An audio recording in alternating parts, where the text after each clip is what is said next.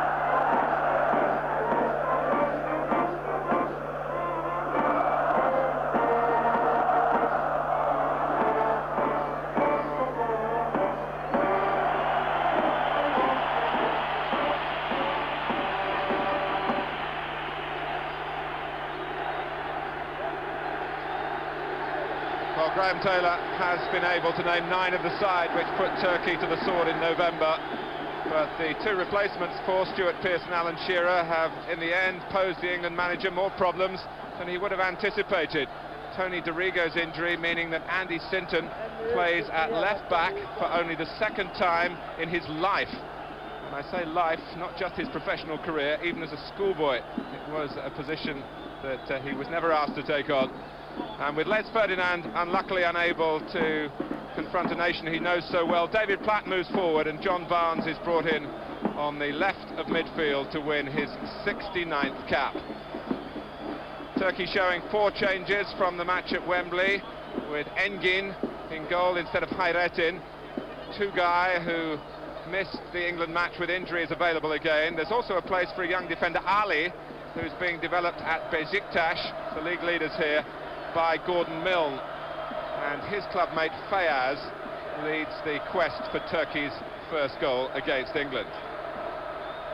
An air of great optimism in the England party, plenty of good humour, real exuberance at times, particularly in the mud at the training ground behind the stadium here. I'm sure you've all seen the pictures of the wrestling match between Paul Gascoigne and Ian Wright, but beneath that surface a steely resolve to get the job done properly.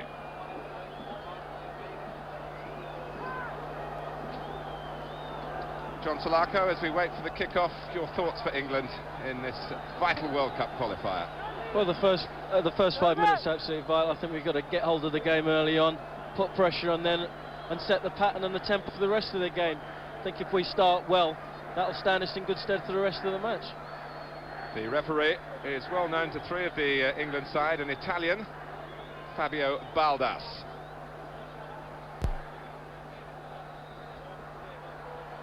So Turkey get the game underway. As we've seen before, they don't lack talent, but sometimes you feel their appetite is lessened by the comforts of their lives. They're very well rewarded for their work with their clubs. O's the number 10. Met wearing 9 and just caught by Platt. And the England captain gets just a cautionary word from the referee, who can speak to him either in Italian or English.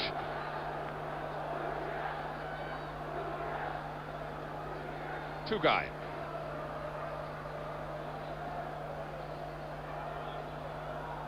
Orhan. Number 8 is Unal, the captain. And a first test for Andy Sinton, who's been told to play his natural game by Graham Taylor, but just play it some 25 yards deeper. Certainly the crowd will be with Turkey, unless England can get a firm grip on the game. And if that is the case, then this, as I say, rather hostile atmosphere that England came out to, I don't think would last too long. In swing number 11. O's. This is Recep, stopped by Sinton. Tugay has the job as the free man at the back for Turkey at the moment. Unal, who hit the bar before England got going at Wembley in November. And there's a slip on this rather lush turf by Walker, the cross by Orhan. And Tony Adams has to deal with danger that seemed minimal until Walker lost his balance.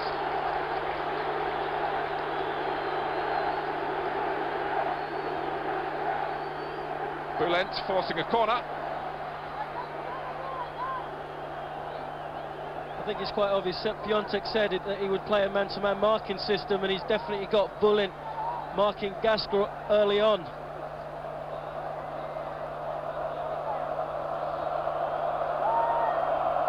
So it's a Turkey corner with 2.5 minutes gone.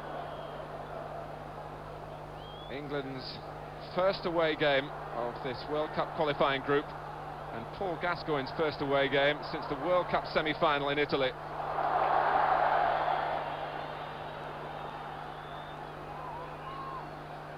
Tugay. Unal trying to form an outlet on the left-hand side, beaten by Lee Dixon well. Unal gets back at the expense of Platt. And Chris Woods wanting the ball to run into the area, but it didn't oblige for him. And with Orhan eating up the ground, the England goalkeeper playing very safe at the start of his 39th international.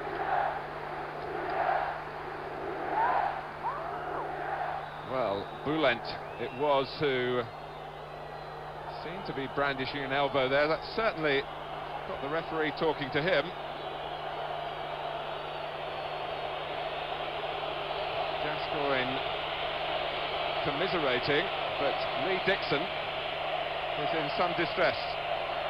Well, I thought that was just an accidental elbow, I think. We need to see the replay to be certain. But Lee Dixon certainly looks to be in some discomfort there. Well, he jerked his head back, and there was definitely no fabrication about that. Graham Taylor discussing the matter with Laurie McMenemy. And the England manager, part of this buoyant spirit that's been very much the focal point of the team since they arrived in somewhat difficult circumstances. A stormy evening on Sunday when the plane was struck by one bolt of lightning, happily with no ill effects to the travellers or to the vehicle that was carrying them. Platt jumping, trying to glide it on for right. Palmer beaten to it by Fayaz. Ogun, who had the marking job on Alan Shearer at Wembley. And certainly the way England played will have given Sepp Piontek food for thought in setting out Turkey to try and get a historic victory here. England were reminded of how well they played on the plane coming out when the whole match and SkySports coverage of it was broadcast for the players, to see what good habits they'd shown then and to remind them of the need to produce them here. But never easy, even when you've beaten the side 4-0, to come away and quieten the crowd and take the passion out of the opposition, who certainly have a point or two to gain in the group and a point or two to prove to their supporters. Unal. Foot was high, Platt made light of it. Dixon with no lasting effects of the impact. And it's a free kick to England, as Wright is fouled. Yeah, that's more like it. We need to hit those areas, get the ball into the channel there, where Wright can make his runs into there, and as I say, get a free kick, a corner, or if he can do a bit of magic, turn and get a shot or a crossing. So John Barnes, who was summoned into the side this morning, dummies at the free kick, and curls it in, and it's glanced in by David Platt. He's done it again, and England have got a terrific start in the 7th minute. Barnes involved at the free kick, played into the area at the near post, and Platt got the touch. It went beyond Engin. England supporters, about 400 of them here, absolutely delighted. Yeah, that's a perfect start. That deliberate stop, I'm sure they've worked on that, because that just took the Turks off their toes a little bit, and Platt just spun round as they were walking out to coming back in for the free kick, and he's dinked that into that area, especially. That's a great flick on by Dave. And you can almost reach out and touch the silence around the stadium. Well, this was it. It's perfect. David Platt makes his run back in and just flicks that through the keeper's legs. It's Platt's 17th goal for England, and wherever he plays, he finds the position of maximum opportunity, and England are off to a flyer in Izmir. Almost 2 years ago now, it was a very tentative performance in truth, a 1-0 win, and that did flatter the Graham Taylor team of that particular afternoon here. And going back to 1987 on this ground, a goalless draw in which John Barnes played a part as a substitute. But England's optimism that has brought so many positive comments over the past couple of days, certainly not ill-founded the way the game has started. They lead by a 1-0, and David Platt yet again has done the job.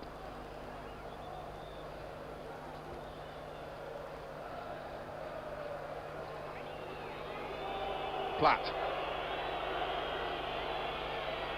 Here's Dixon. And some rough treatment handed out to England's right back, this time by Tugay, and he gets a yellow card for that. And that will mean he is suspended from Turkey's next match, which is away to Norway. And poor Lee Dixon really has been singled out here for the sort of treatment you might have expected them to give to Gascoigne. Yeah, they've been marking him very tight, but at the moment Lee Dixon seems to be taking all the knocks. I mean, that tackle was shocking, really. The guy's just coming at him, committed himself early. Hopefully Lee Dixon would have seen it and maybe sort of like just cushioned the blow a bit. Well, it will have meant a great deal to John Barnes, who's facing another free kick here, to have been involved so early in a prominent moment for England. Barnes with a battle or two to win, partly against his critics and their cruel chance at Wembley, but perhaps mostly with his body to get back the zip he had before last season's series of setbacks.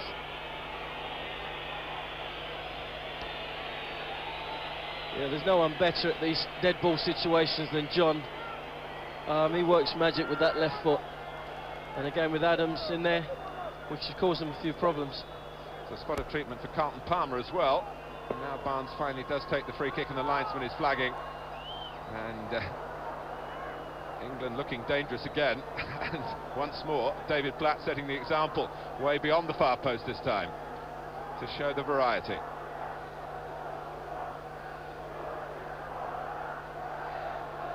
Turkey don't play here too often. They haven't had a full international on this ground since England's last visit, but it is the venue often picked out when British sides are drawn to play in Turkey. Wales have been here, and the Republic of Ireland as well. Adams. The pitch was cut an hour or so before the kick-off, but it's still one which might not help the passing game. Looks on the long side. Certainly was the way the ball ran in the under-21 game in a different stadium yesterday, when Laurie McMenamin's team battled so hard to get a goalless draw against Turkey team trying to qualify at that level. Very different set of circumstances in this World Cup qualifying group.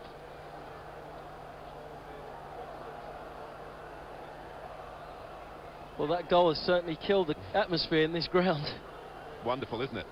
Well, it's the dream start, really. Hopefully we can build on that now. This is Oz. Unal cutting infield for the flick on from Orhan. Orhan's header. There's one well by Ince in the air for England. Now Andy Sinton, whose other game at left back in his life was also a full international, but a friendly in Moscow against the CIS, as it was then April last year. Ali. Now Oz.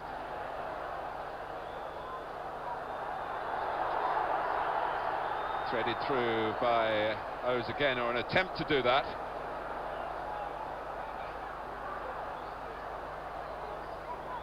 But England coping calmly enough.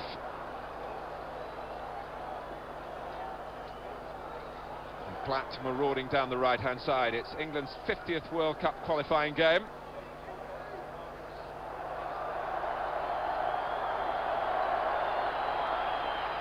Fixes Bülent. And a foul by Wright. Stopped Gascoigne in his tracks. Set Piontek, who will possibly part company with the Turkish Football Association next month. His contract does run until next year. Orhan. Feyyaz in the centre. Turkey claim a corner, and they've got one.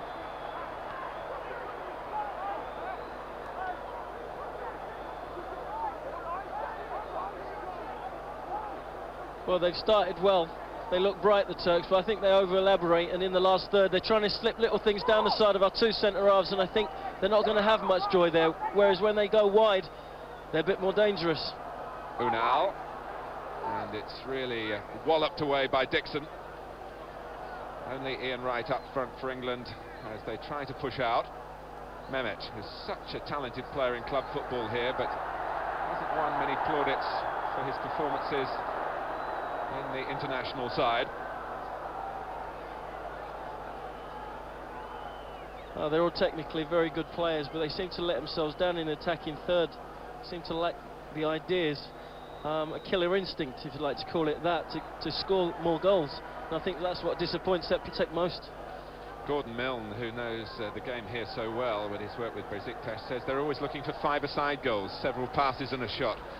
And there's nothing bread and butter about them in terms of creating opportunities, and thank goodness from England's point of view. Right, trying to feed on a possible mistake there by Ali. Oz. And it comes to a contest of speed. Not too many get the better of Walker, and Feyyaz, who was trying to do that, ends up caught offside.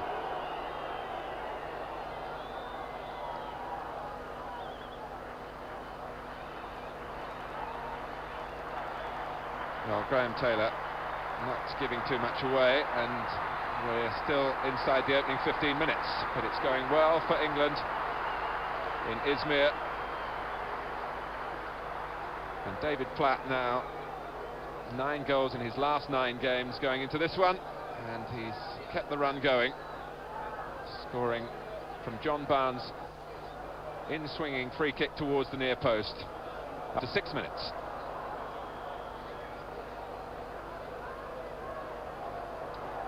Here's Ogun. It's a long ball from Unal. And Andy Sinton was sucked in to try and help out Walker then. And between them they dealt with the danger, although it wasn't quite as convincingly that time as one would have liked from the England point of view. Orhan setting off through the middle this time. Well, definitely from an England point of view, it looks as though Turkey aren't really playing with any wide men, and they've got the two boys trying to go through the middle. And Des Walker and Adams are going to love that all day. They're going to soak that up. I mean, that's the hardest way to go at a defence, and it's the the least successful. I think as long as Turkey are doing that, we're going to be very happy to soak it up and just set up play from there. That's a straightforward header for the Arsenal captain to his club colleague. Of course, a number of players here going back to the weekend of FA Cup semi-finals, including Carlton Palmer.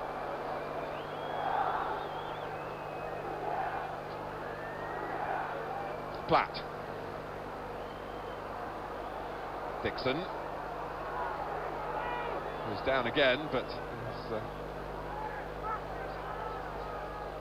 back up on his feet, but limping. Andy Sinton on the opposite side of the pitch. He's obviously got the aptitude to move forward when that type of position crops up. Here he is again, one of England's most versatile men. Gascoigne. Well, it's very important for Paul Gascoigne to be in control of his game, but in control of his temper as well. He got that yellow card against Norway at home, and with England's next match against Holland next month, there can be,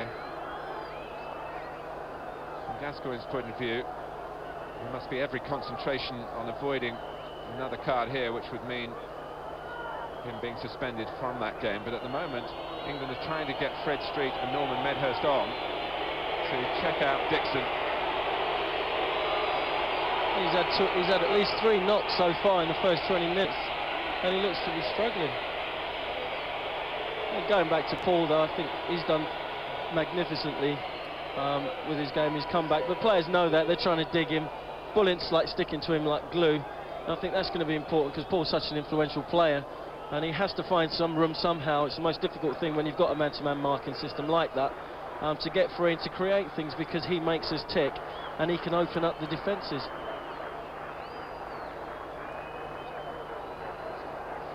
Well, just to run through who England have available on the bench should they be required. As we look at the moment at the Turkey substitutes, Set Piontek there by the dugout standing up, but Nigel Clough, David Seaman, Gary Pallister, Lee Sharp and John Beresford, who flew in by private plane on Sunday night, having played for Newcastle at the weekend.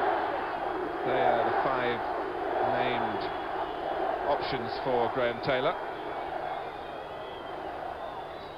Earl Barrett has missed out, and of course Earl Barrett could be the one they'll miss in this particular problem with Dixon, who's been caught by an elbow, by a flailing tackle and by an awkward challenge a moment or two ago. And with some 19 minutes played, it may be that England have got to make a change. Yeah, I think possibly Paul Ince will come into right back. He's played there a lot for Manchester United last year, and he's quite familiar with that.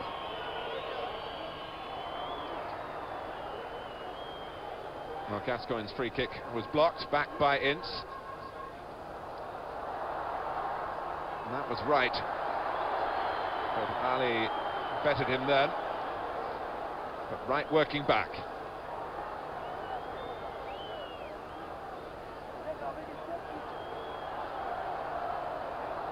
Oz. Orhan. Oz letting it run on for Unal. Woods able to take charge. There's still a real huddle down around Lee Dixon before Graham Taylor finally makes a decision.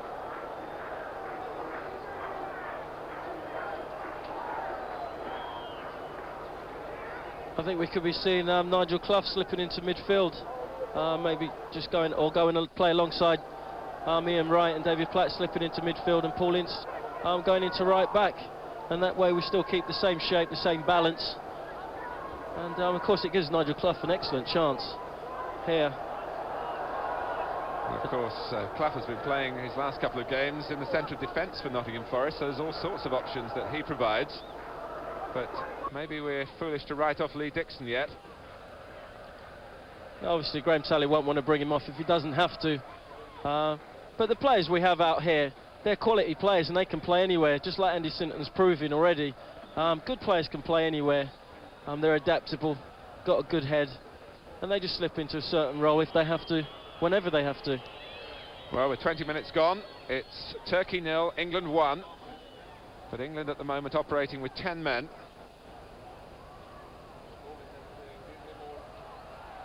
Adams will come though for Unal. Adams doing well again, and the jump with Fayaz. Unal. This is O's. The crowd wanting the shot, they get it. And it was a tricky one for Woods to deal with, down by the foot of the post. Yeah, I think with the man missing, they seem to have an extra man in midfield there, had a lot of space, and he managed to get an excellent shot there. I think Chris Woods was just making double safe there and just got a hand on it. So Turkey have another corner. Mehmet. But it was Gascoigne who provided the barrier. Well, it's looking better for Lee Dixon. He's moving, as you can see in the bottom of your picture, with a bit more confidence, and England wanting to get him back on in his area of the pitch. Adams having to defend.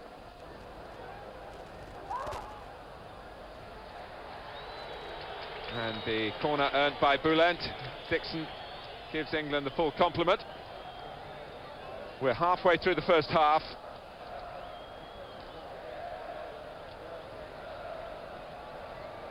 The tall Ogun has made his way to a position around the penalty spot, off the head of Barnes for England.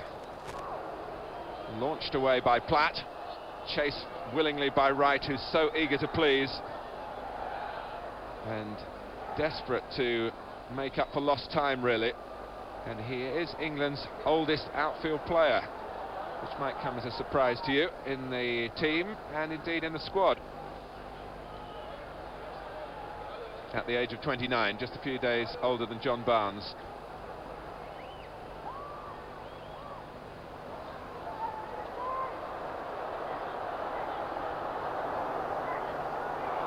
Well, there is a real target and challenge for England here. A win by 4 goals to match the achievement at Wembley would take England to the top of the group on goal difference, above Norway and Holland. That really would be the optimum outcome for this particular afternoon. Well, I think it looks realistic now. I think Graham Taylor wanted to go for that from right from the start, and it looks even more so. But I think for a start, Paul Gascoigne has got to shake off the shackles of Bülent and start having more of an influence in midfield. Wright and Platt up front need to have those balls played either over the defence's head or down the side of them, and Gascoigne's the man. But until he gets free, we're not creating too much in the last third. Ogun taking Platt, but the ball beat them both. Wright scurrying across.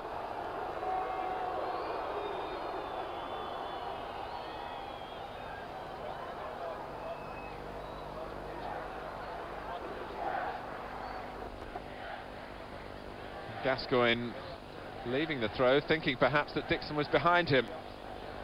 But Dixon still obviously feeling the effects of his earlier problems in the game. He throws it though into the feet of Wright, with Ogun right at his back this time. Tugay, who's operating as a sweeper. Engin, who hasn't faced England before. Remember, this is the 4th recent meeting between the countries. Wright trying to get Platt in, and Mehmet just defended with the responsibility there from midfield, dropping in as the last outfield man to stop Platt possibly setting up a second for England and for himself. Yeah, that was a great ball from Ian in there, and Platt was so unlucky. Just tried to take it first time, but just slipped and lost his balance there. Ali. That's Walker. Really is a fascinating group, this, with Norway already flexing their muscles, Holland looking as though they're improving, and Poland still pretty much an unknown quantity. They've only played twice, but certainly capable of upsetting the apple cart from England's point of view. That's nicely done by Ian Wright to Ince. Carlton Palmer's got into the centre with Platt. Tugay the barrier, and Palmer remains there. Wright joined him. If England can get in across, which looks less than likely now. Little nibble away by Adams at Orhan. Fabio Baldas, who hasn't refereed England before, but Leeds United fans might remember him. He took charge of that third meeting between Leeds and Stuttgart in the European Cup earlier this season, the game played in Barcelona that Leeds won. Unal. England starting their defending to Platt, which gave Dixon an easy chance. Right, as he was felled by Ali, but a good advantage played by referee Baldas. And there wasn't a foul on Barnes, who was ploughing on. It was Ali's long leg that got to the ball. But Wright is hurt, having started that with a little pass into the centre circle. The scampering style of Andy Sinton. But Oz gets it back for Turkey. Orhan is offside, and suddenly you can sense what it would mean. The crowd, I think, do know. And Orhan is booked for going on and not stopping when it was quite clear that the whistle had gone. So that's the second yellow card for Turkey. It's certainly something that happens in Italy a lot when attackers do try and influence the referee, and this Italian referee took exception to Orhan going on and at least giving the crowd something to cheer about. Yeah, well, I think he's good referee, and he's quite deliberately done that. He wants to get the crowd going again, give him some life. He definitely heard the whistle go, but you know, give himself a bit of confidence, just wanted to hit the back of the net. Well, Fred Street getting Ian Wright going again. Yeah, that was a horrible challenge. I mean, Ian's got the ball at his feet, he slipped, and the guy's come in late and give him a dead leg, right underneath the rep's nose, and he hasn't given anything. No, I think it was because Barnes took it on from there, and now it's Ince. Well, that was an excellent try from a player who's talking about trying to improve his goal ratio and explaining to us this week why he doesn't get so many goals for Manchester United. But as we've said before, in club games, when he does score, it's usually something that you remember a long time, and it certainly would have been, had that flown a foot or so lower for England. Yeah, I don't know what it is, but Paul always seems to score his goals from that range. Superb striker with both feet, but unfortunately he doesn't get that many. That's Woods' kick, which went straight to Fayaz. Quick think by Sinton, and the Sheffield Wednesday goalkeeper a little relieved.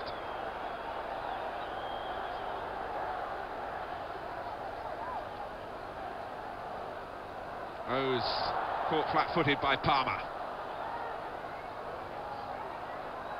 Palmer's continued his run, and Ince finds him.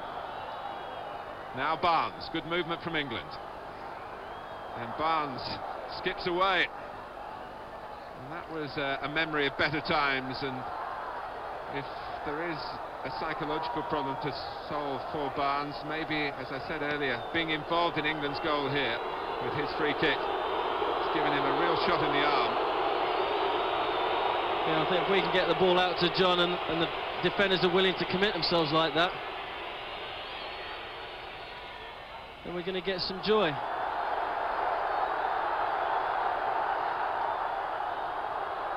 Brought away by Oz.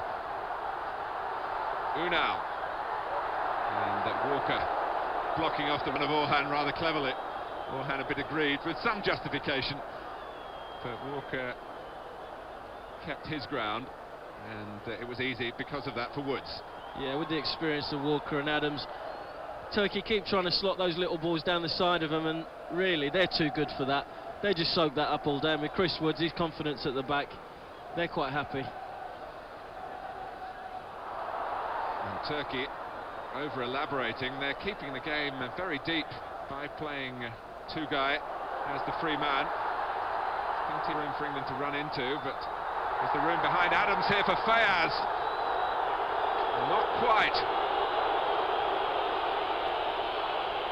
But it was a moment of some menace,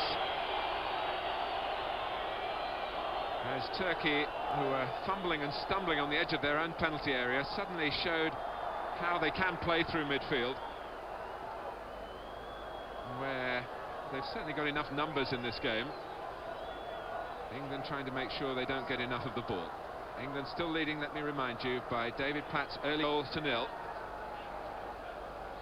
Gascoigne trying to get in front to get it down for right, but with a foot raised. Unal.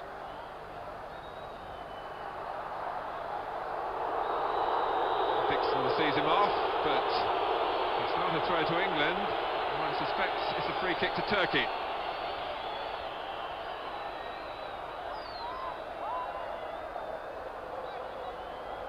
Sepp Piontek has picked the hope of the Turkish game, Hakan, who played at Wembley as a substitute today. He's been used in the last 2 under-21 internationals because Turkey do have a chance of qualifying in that particular tournament. But Hakan is excellent in the air, and Turkey missing him at the free kicks. He might come on in the second half, having played the full game against England's under-21s yesterday. Palmer beaten by the spin on the ball. Going hunting again.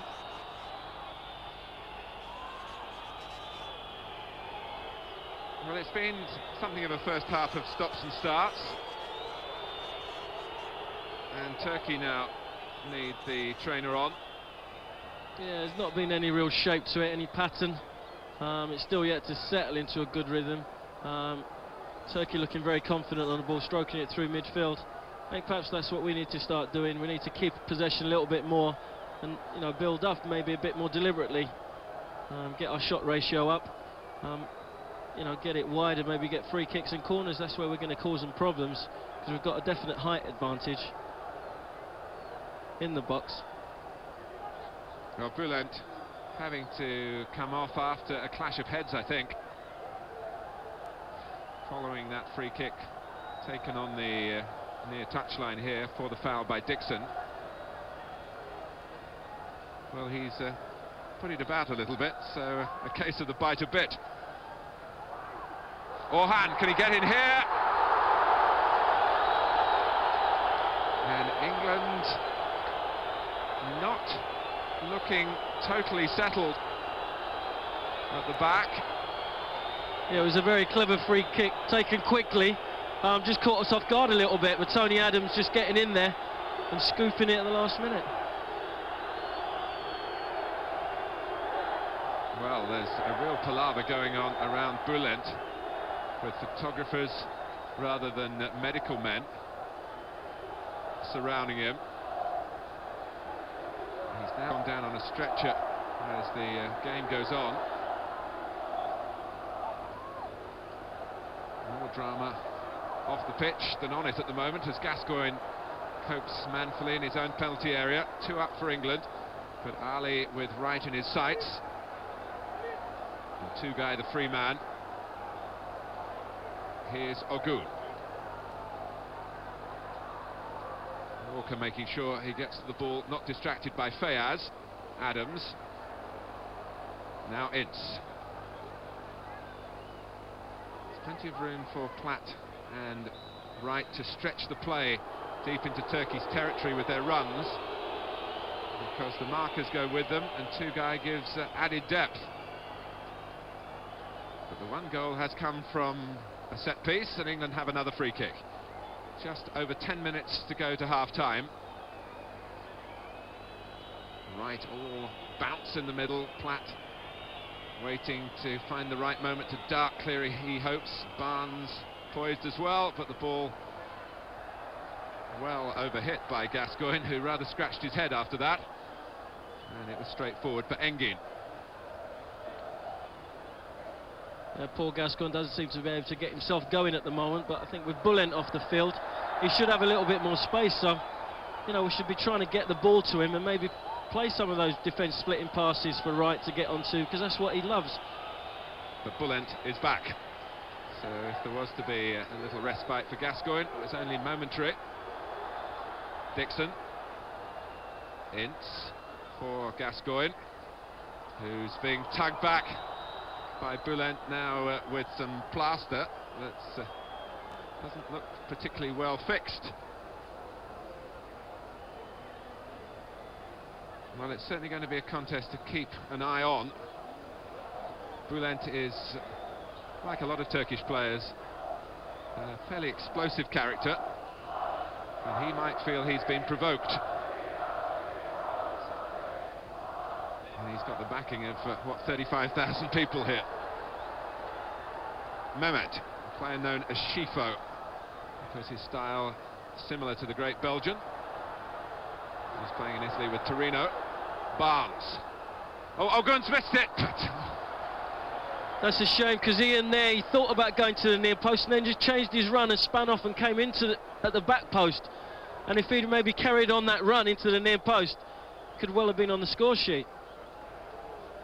It's a great ball in by John Barnes into that danger area. Defenders find that very hard to defend. Here's Andy Sinton. Furthest forward for England is Wright, looking for a supporting player. It was Palmer that time from midfield. Unal, tracked by Ince.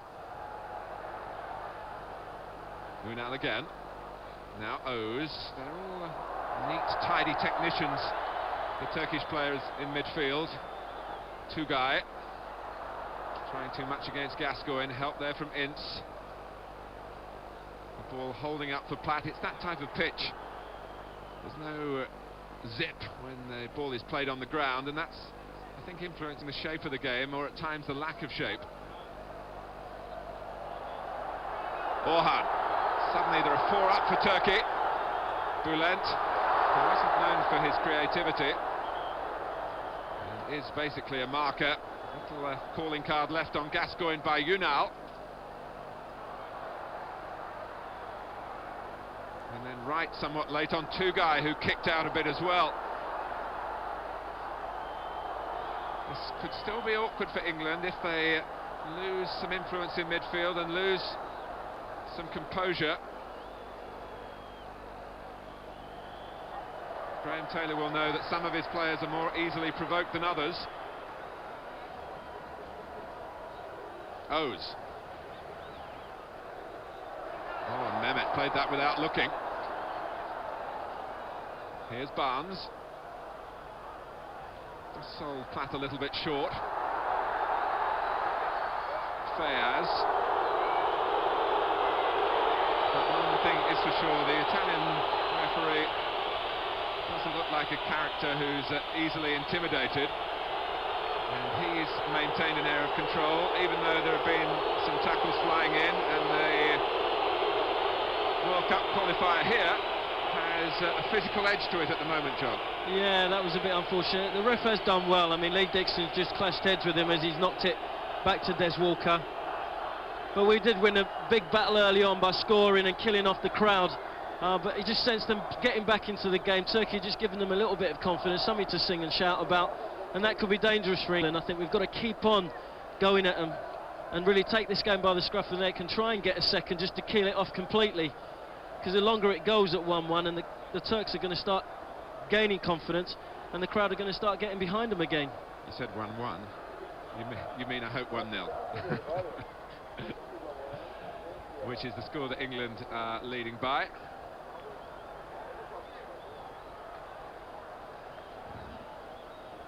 Fayaz is okay. He's the leading striker for Gordon Milne's Besiktas team. And in the words of his club manager, he can take a chance if an opportunity presents itself. Turkey have run the gauntlet a little in their passing game on the edge of their own penalty area, but if they can put the passes together further forward, Adams has had to be a strong man for England. And he comes out there on top again, but he was under some strain. This is Tugay. Mehmet making a forward run from midfield. The interception for England by Des Walker. Ali's header. And it goes out off Walker for a Turkey throw.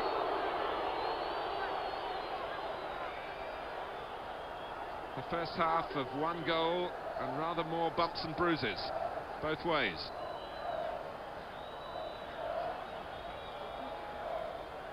Recep with the throw. This is Unal. Oz.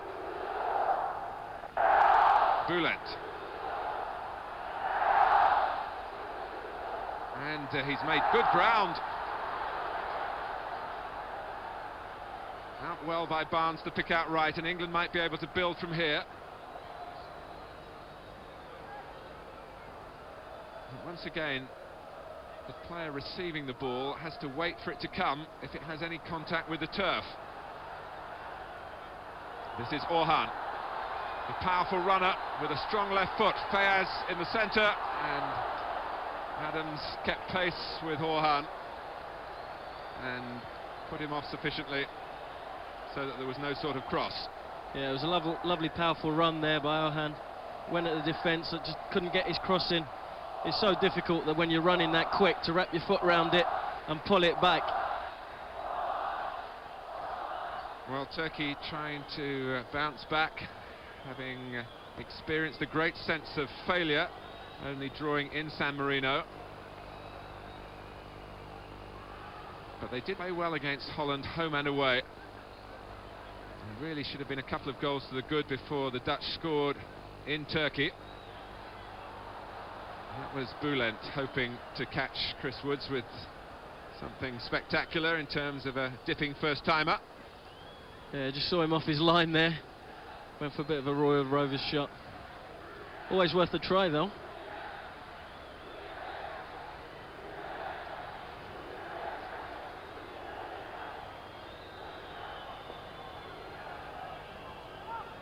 England under some extra assessment here, playing away after a good run at Wembley.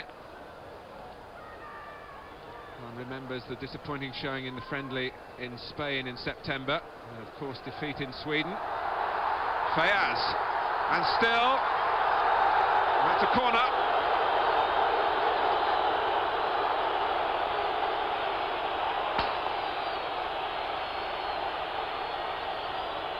Well, England's lead hasn't looked particularly substantial, particularly over the last 10 minutes. Oz. Back from Recep. And that was David Platt. And again, nominally one of the two up front for England today. The other one is up front, and that's Ian Wright. You can just feel Turkey starting to creep back into the game. The crowd beginning to get behind them. Every time we get the ball, we don't seem to keep it for long enough. I think the possession is given away too easily. Dixon, and certainly the back four at the moment, put on their mettle because Turkey are gaining more of an upper hand in midfield. Dixon telling Woods to come for that, and there's no excessive sense of alarm, but half-time might be quite welcome. Confusion there between Walker and Adams, and Fayaz hoping for something that didn't quite in the end drop his way.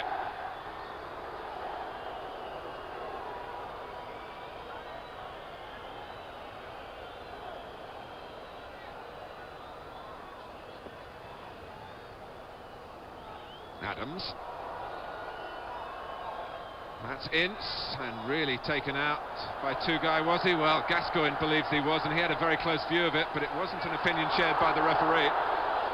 Well, I think Pauline saw that coming and took his foot out of the way, otherwise he would have got a more serious knock. But the ref just felt it didn't deserve a free kick. Well, he was just as close to it as Gaza was, so maybe he saw it in a position where he can make a fair assessment.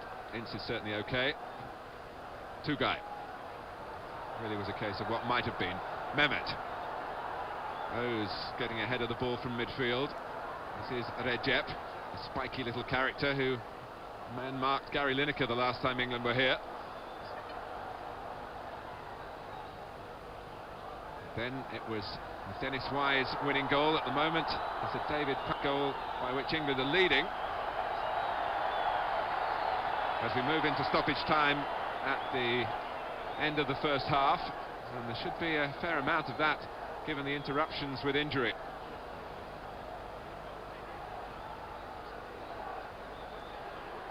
Tugai. Dixon. He's forward to Gascoigne, but he's not quite found his best touch, and by his standards that was a rather slovenly layoff back towards Ince. Unal. O's. Woods out quickly. John, your assessment of the first 45 minutes? Well, I think we've done well. We've worked really hard to win the ball back, and we've done brilliantly, but we seem to give it away too easily. I think the little touches just letting us down in midfield and up front. I think if we could just keep a little bit more possession and have a steadier build-up, we can really hurt the Turks. And Platt. Now where will it roll here? And David Platt, prevented by Boulet from supplying England with the security of a second goal in stoppage time at the end of the first half. I don't know if there was suspicion of a foul there on David Platt. But England again making progress down the left-hand side. Certainly the stuffing knocked out of Engin for a moment. And it is a corner. We're in the third minute of time added on before half-time. Adams with a little word with Platt. Gascoigne will take it. How good it would be for England if they could strike again here. Engin fumbles, and Ince turns it over the line, but the whistle has gone for a foul on a goalkeeper who's down for the second time. Yeah, and they'll be quite happy to take their time on that. Well, he's gone down. Boulet as well, who was involved in scrambling the ball to safety as Platt moved in to kill. But it really is a little cameo of what we've been watching here. There have been moments of quality from both sides.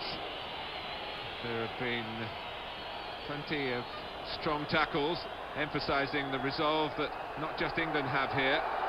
Obviously easy to paint the picture of what is required by Graham Taylor's team, but what is required here for Turkey is Hayrettin, the goalkeeper who's faced England 3 times over the last couple of years, and now is coming on for Engin. A dramatic end to the first half with Turkey's goalkeeper clutching, is it the elbow or the wrist? There's been little between the two of them. Sepp Piontek has chopped and changed with his selection. Engin got back again after Hayrettin was beaten 4 times at Wembley and has played the internationals for Turkey since November, starting today but not finishing the game. So, Hayrettin of Galatasaray, who actually made his Turkey debut against England here 23 months ago, plays against England yet again for a few more seconds of the first half here and for the remainder of the game.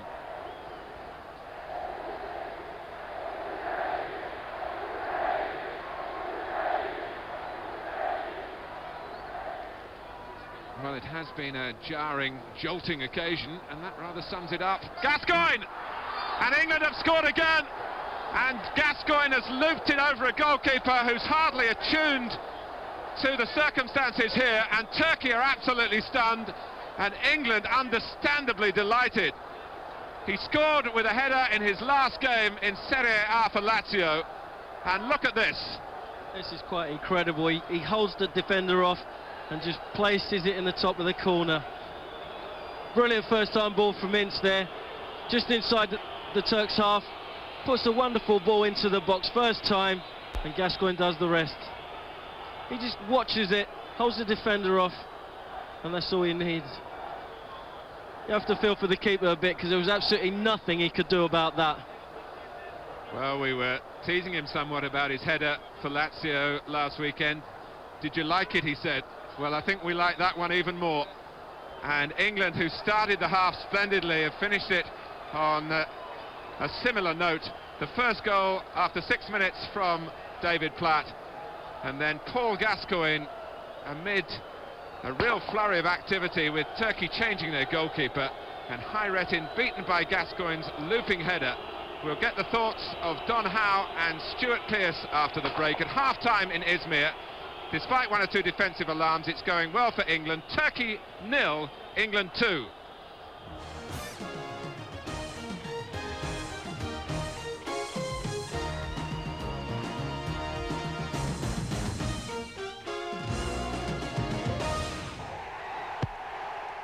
Can you name these two stars who both have famous fathers?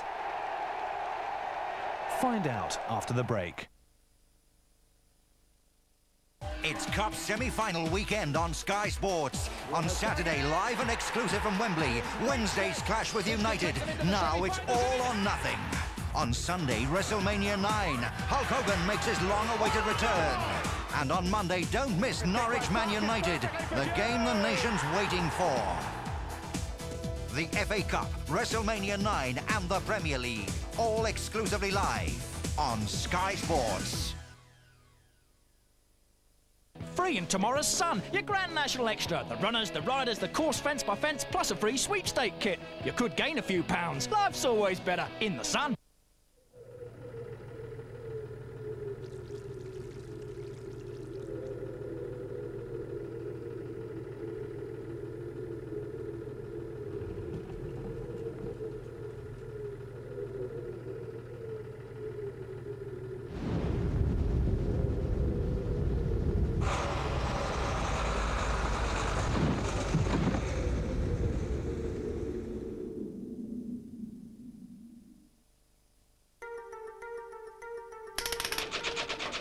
B&Q have identified the products most regularly bought by our customers, the key DIY products. Then brought down the price on over 300 of them so they would all be at a low, low price every day, week in, week out. Look for the new yellow stickers. Key DIY at B&Q. Prices nailed down to stay down. My very latest cut! If you don't want to hear your buns go crack, if you don't want a frazzling galactic flat, if you want to stop the lemmings on the suicide run, or blitz T2 with his menacing gun. If you're going to beat 6 menacing games, you need a lot more power in those brains. If you want to be a Sega nut, get a Sega 2-stroke pack. To be this good, take Sega, boy.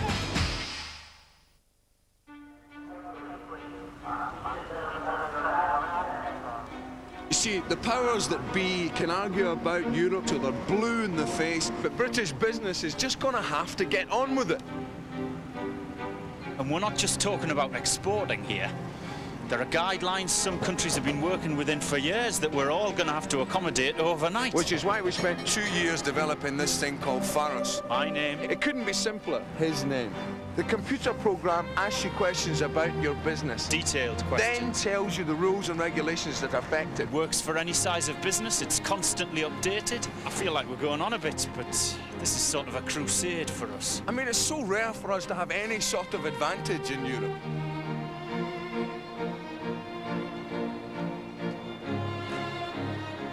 Even the Bundesbank doesn't have one of these yet. Aye.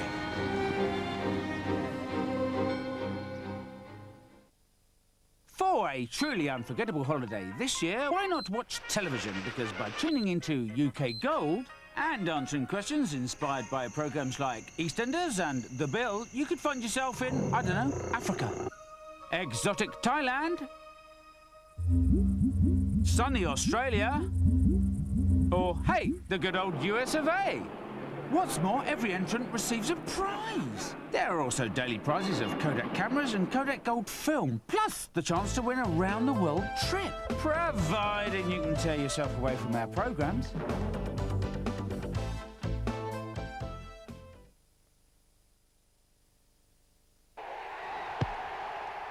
We asked you to name these two stars who both have famous fathers. They're Nigel Clough and Suzanne Charlton.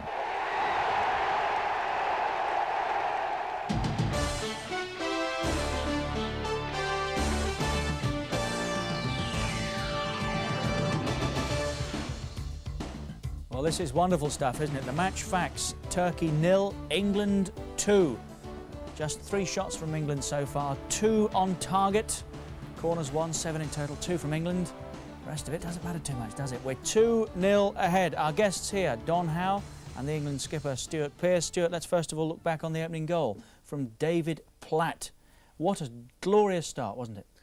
Well, I don't think we could ask for any more, really. You know, a couple of minutes gone, 7 minutes, I think.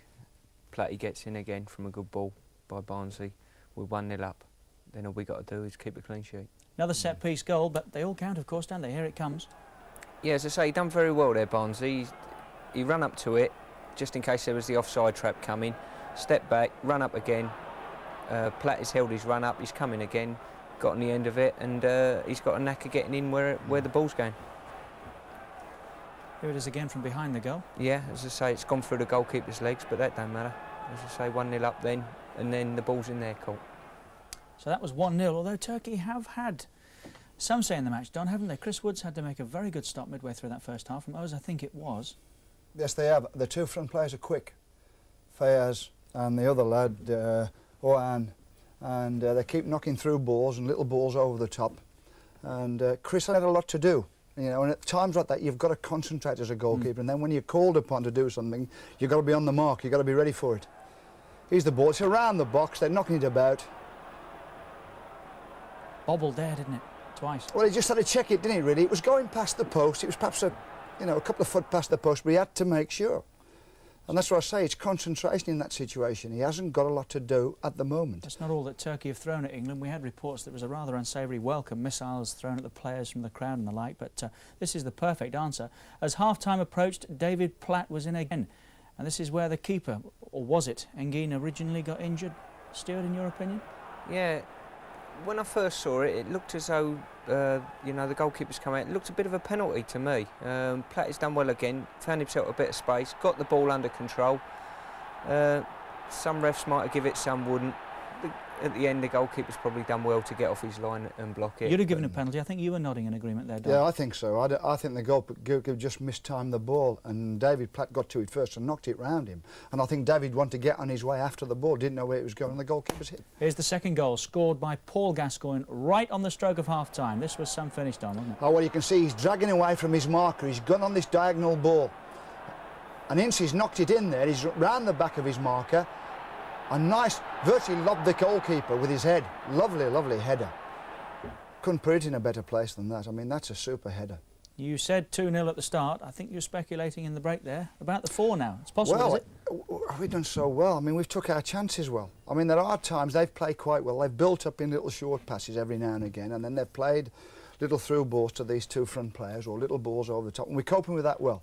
I think Tony Adams and Des Walker are doing a smashing job at the back. And in midfield, Carlton Palmer in front of them, working like mad. And we do look as though we can score goals up the front. The only one we haven't seen, really, is Ian Wright. We haven't seen much of him. That's often the case. And then he scores. 2-0 to England at the moment in Izmir. We'll be back with the whole of the second half, live in a moment or so. Stay where you are.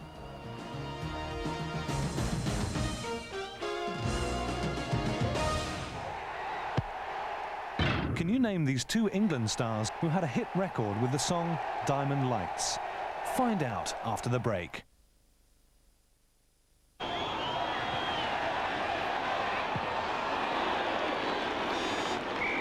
that's the end of the first half. Quiet, please.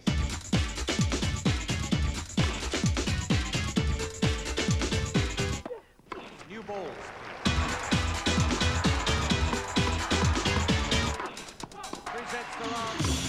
Ladies and gentlemen, the official shoe of the Wimbledon Championships.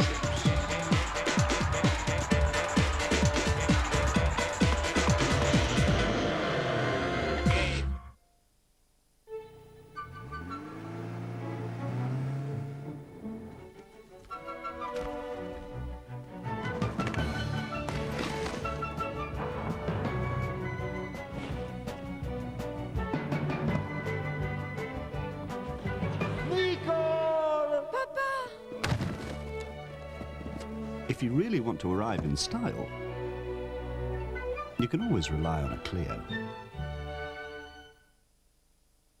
Would my favorite fella like his favorite potato chip? Oh, yes, sirree. They're delicious. And why's that, Junior? Because they're bubbled and crunchy, yet smooth on your tongue. That's my boy, Roy. Junior, stop playing with dog. You're putting Pa off his driving. And we wouldn't want to lose Grandma and Grandpa now, would we?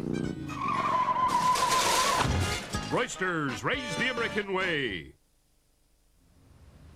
What you beaming about? This new TV and Satellite Week, a weekly TV guide that's so receptive to satellite. Oh, that's great. Oh, yes, they've really got it all together. Yeah, such detailed satellite listings. And cable. BBC, ITV and Channel 4. Brilliant on sports, loads on movies, and it's weekly. And only 55p. Keep it. Thanks. Everything gratefully received. New TV and Satellite Week. It's seriously satellite. And TV. We're just having coffee. Well, we finally found a house, and it's all going ahead. That's marvellous, dear. Where's the man who once called me a capitalist homeowner getting his mortgage? Very funny. Abbey National. Oh, heavens, no, not them. What? You've been an Abbey customer for years. Precisely, they've been good to me. I've known the local branch. They might find out we're related. Your son's a responsible adult now, don't forget. Responsible for turning my hair grey. There are other mortgage lenders, you know. So? Abbey, you've been voted the best overall lender for the last 2 years by these guys. Girlies galore. Hardly. I think it's very sensible. A mortgage is a long-term thing, like having children. It's not in the least like having children. When did our mortgage bash the car, or throw up in next door's garden, or flood the bathroom? When did our mortgage lose my passport? Abbey National, the habit of a lifetime. It doesn't matter what it goes on. Gales makes the most of your toast.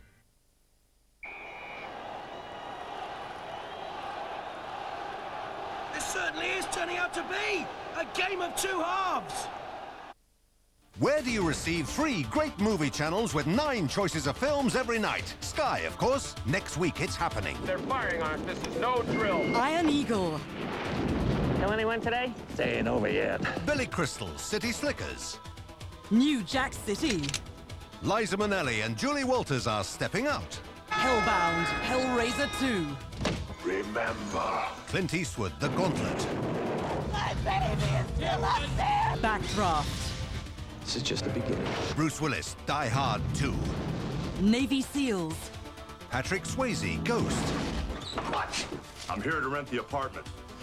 Hulk Hogan, Suburban Commando. I'm impressed. Julia Roberts, Sleeping with the Enemy. I was beginning to wonder what a girl had to do to get arrested. Dick Tracy. To subscribe, call 0506 460000. 3 great reasons to subscribe to Sky.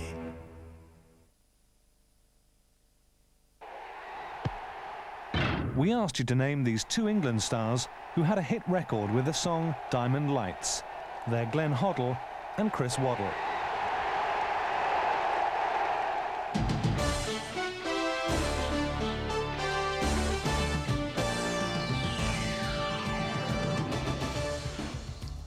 Welcome back to the International Football Special. World Cup action on Sky Sports this afternoon. Turkey 0, England 2 at half-time. Let's go back to the Ataturk Stadium. Our commentators are John Solako and Martin Tyler.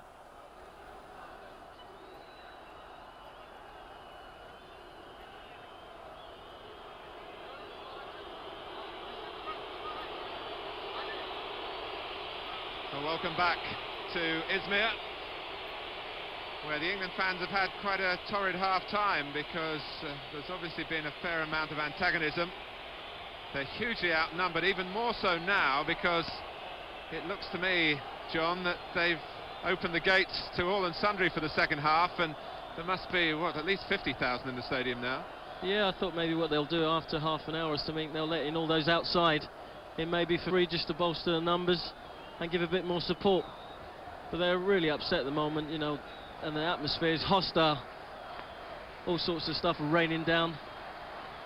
There's Carlton Palmer there, who's been understandably concerned out here about his wife Jenny, who's watching, we hope, from a Sheffield hospital. We hope all is well. and Carlton will be home later tonight.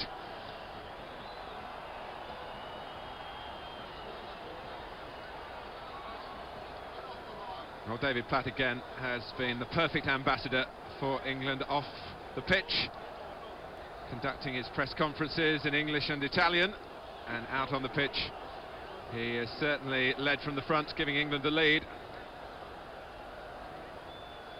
But the match possibly went back into the melting pot in the last 15 minutes before half-time. One or two little scraps for Turkey around the England goal, and then well, Gaz is showing us how he did it, and restoring order really in the two-goal cushion, giving England such comfort and confidence for the second half. Yeah, the Turks had a spell where I thought they might just nick something, and with the crowd and the ref under pressure, he might just give something their way, but we held out. I mean, we defended well, and that goal was magnificent by Paul Gascoigne, and that's really done us the world of good. He's just like a kid wanting the ball, isn't he, there, to keep occupied.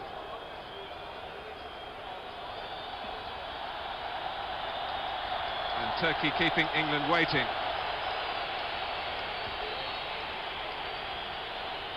And England have Nigel Clough on for the second half, wearing number 12. Looks like Lee Dixon's gone off.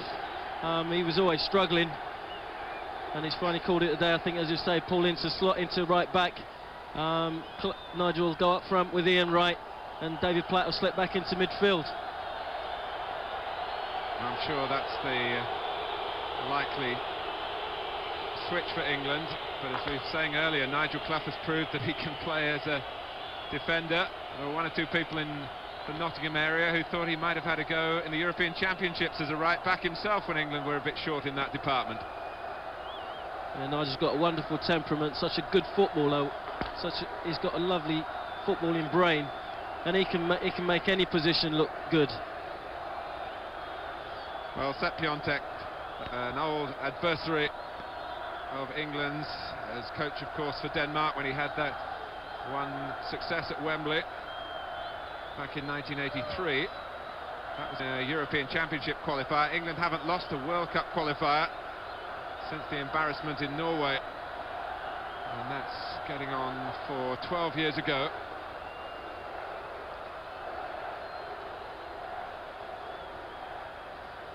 Turkey 0, England 2 as the second half gets underway, with England's usual restart when it is their turn to kick off, to get the ball wide. It stayed in play that time, hasn't always done that, with Ian Wright in pursuit. Well, England with a real challenge now, if they can repeat the performance in the second half, double the score to go top of the group, bring on the Dutch. That's a great incentive for them. It will be tough though, but it's something that's within our reach now, and I'm sure the boys are going to give it their best shot. And although Turkey obviously subdued and maybe flattened by conceding a goal deep into stoppage time at the end of the first half, having had to change their goalkeeper only seconds earlier, they still have that particular incentive of trying to get their first ever goal at England's expense. And somebody, one of the players out there, would gain immortality in these parts if he could beat Chris Woods. That's right. I mean, their World Cup dreams have definitely gone now, but they're playing for national pride, and that'll keep them going to the final whistle. And I'm sure this crowd won't settle for anything less than 110% from their players. Clough.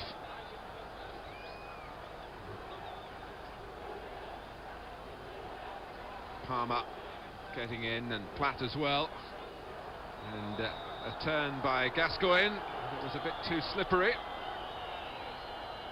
and Bülent, who was alongside Gascoigne when he headed in the second goal, but wasn't close enough to stop him. The man-for-man marking not working for Sepp Piontek. Well, it's a long way out, but it is Gascoigne, and it was Tugay who put his head in the way.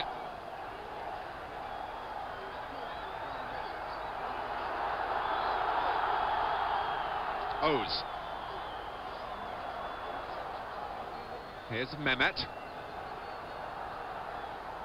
Still the two up front for Turkey, number 7 Fayaz and Orhan. The ball comes to him here, and Woods has to save. Low to his right, the ball dropped invitingly on Orhan's good left foot. Yeah, good build up there. A number of passes strung together, all played into the box, and Orhan find himself in space. Good left foot shot. I think Chris Wood saw that coming all the way. Well, not for the first time since the restart, and we've only been going less than 3 minutes. Gascoigne finding himself well ahead of Clough. This was the shot by Orhan. Yeah, good shot, kept his eye on the ball and just tried to hit the target.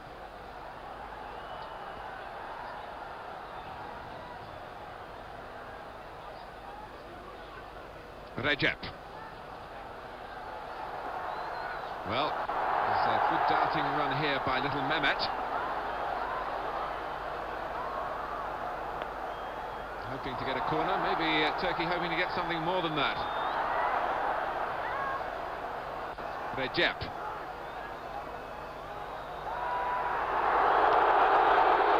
And a little nudge by Fayaz on Paul Ince. Brings another stoppage to the play, brings more discontent from the Turkish supporters.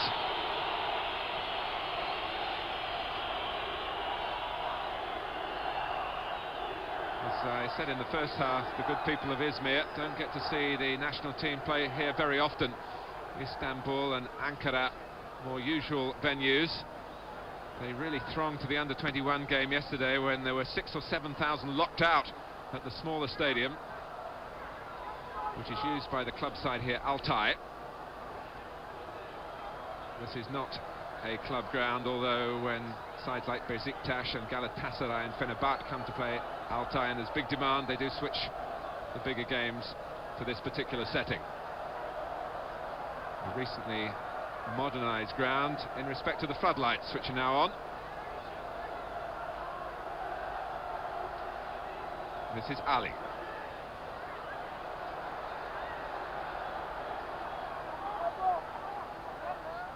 finally rolls out for an England throw. Well, Andy Sinton has looked snug enough in there, John. Yeah, he's done a brilliant job. He's settled into the task well, just done what he's had to do. Hasn't come forward that much, but we've got a job to do today, and we've been doing it magnificently so far. We haven't got to win any fans over today. We've just got to come here, do the job and get out. Unal. This is Recep. Straight at Sinton. Mehmet. Made a little bit of room for himself. And then Recep totally was the position for Turkey, who are capable of real inspiration, but haven't really found the mood. And although they caused Tony Adams to defend swiftly 2 or 3 times in the first half, I have to say I've seen Turkey play better than this, and that's to England's credit. But here's Orhan. Fayaz coming in. Walker makes sure the ball doesn't get to him. Tidied up by Adams. Right, really having to play as the target up there, with his back to goal. Yeah, definitely. Everything that's coming at him, he's finding himself on his own. He can't seem to get it under control and turn. But Paul Gascoigne's just doing a little floating roll in there, but isn't able to give him any support really. And he's got a tough job tonight. That's Unal trying the shot there. The player who did hit the bar at Wembley, not just in November, but the previous year when Turkey came as well. He's number 1 in the list of nearly men for Turkey against England. He would have won himself a 500 SL Mercedes that night if he'd have scored. So they say. Mehmet, Fayaz against Walker. It might drop for Fayaz here. Comfortable in the end for Woods, but this regular scorer in the Turkish First Division Uçar Feyyaz of Beşiktaş, who's scored the last 2 goals for Turkey, home and away against Holland.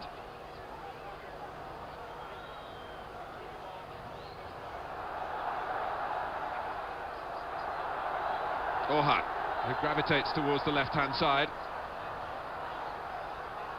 Whether Turkey feel that there is some percentage to be gained in wide positions here, with the England fullbacks at the moment, Paul Ince and Andy Sinton.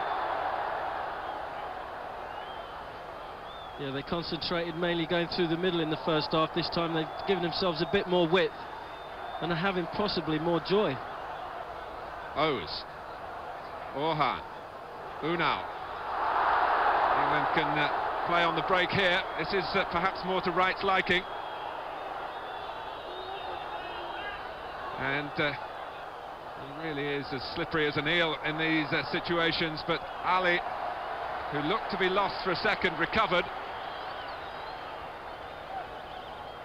That was unlucky for Ian. He did well, got himself into a good position, but when he looked up there was no one in the box. I think Nigel Clough was trying desperately to get in the box, but he only held it up too long and then he got tackled. Clough has just pulled out to the edge of the area.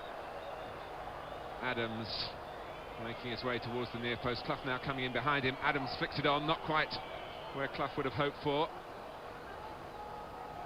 Sinton. Palmer, who makes his own luck. Barnes. Gascoigne didn't commit himself against Bülent and picks up the pieces. Sinton for Barnes.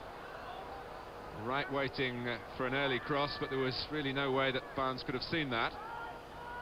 England building from the back through Adams, and the vast majority of the crowd silently watching and wondering whether England might take a third goal then.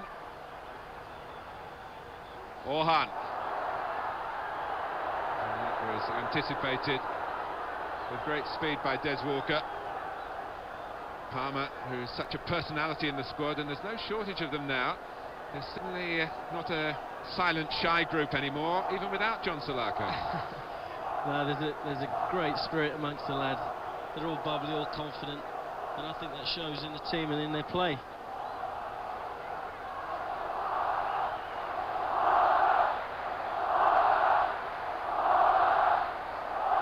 The target, USA 94. Some big hurdles to get over yet, but they'll certainly approach them in an even better frame of mind if the 2 points can be secured here, shored up in the second half perhaps.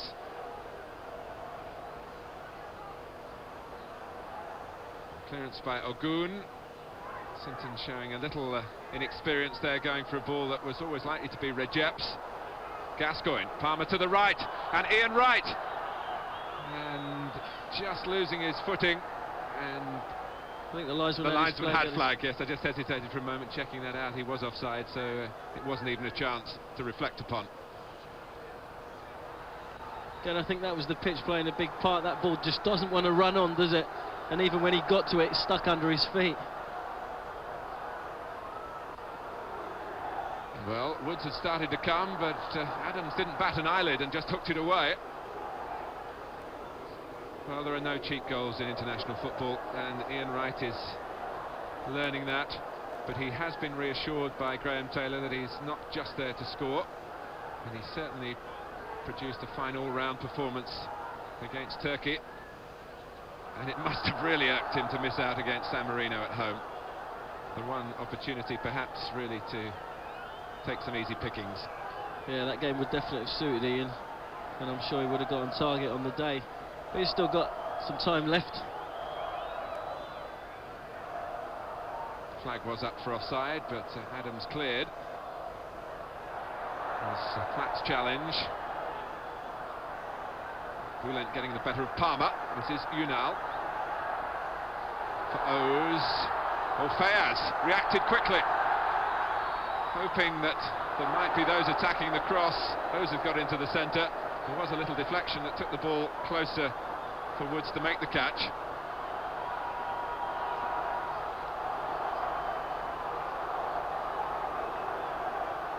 right. Two-guy, the free man again, but this is Gascoigne. A shimmy, a drop of the shoulder, and almost something similar to what he achieved against Turkey at Wembley. Barnes, Gascoigne still there. This is Platt on the volley! I just couldn't get hold of it. I think that's just sliced off his boot, went wide. Great skill by John Barnes though. Started with Gascoigne dancing through, and John does brilliantly here.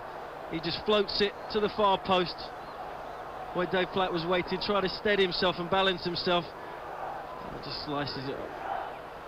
Yes, Barnes doing what the pros call standing the ball up then, and it was very inviting for David Platt. Here's Recep. But Des Walker, well, he was in third gear and he just about needed top, I suppose. Kept in by Barnes, a bit of sympathy there for the linesman. And again, the pitch holding up England and David Platt in particular that time. Yeah, Des Walker's been quite magnificent at the back today. He's intercepted everything, cool, calm, collected. He's across here now, but not required.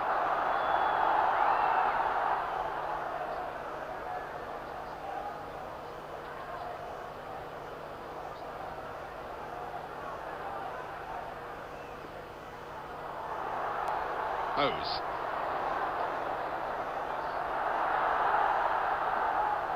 Well, the back pass law becomes more and more difficult to circumnavigate the closer the player who is passing back is to his own goalkeeper. It would cope well enough then.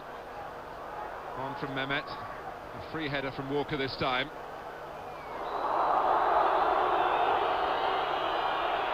And it's a free kick against Platt. But Fabio Baldas has got that streetwise look about him to suggest that he's well aware of everything that's been going on, and quite a lot was going on in the first half, mostly in a genuine attempt to get to the ball. But as we said earlier, there'll be plenty of bruises to examine in both camps when this one is over. Two-guy linking up with Orhan.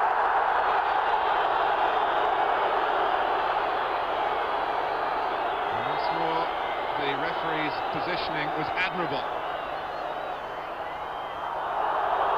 And again to give the free kick. It'll be very interesting to see that one again.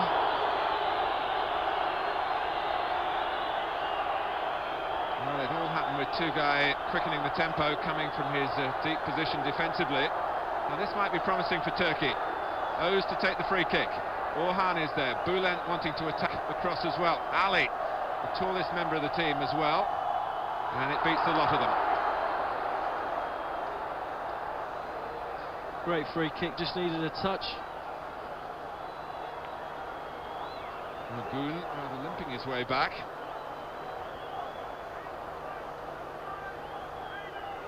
Just under half an hour to go, and if you've just joined us, it's Turkey 0, England 2. The good news from Izmir. David Platt after 6 minutes, Paul Gascoigne deep into first half stoppage time with a looping header. The scorers for Graham Taylor's team. And Paul Ince playing at right back now with Lee Dixon staying off at half time after a series of injuries.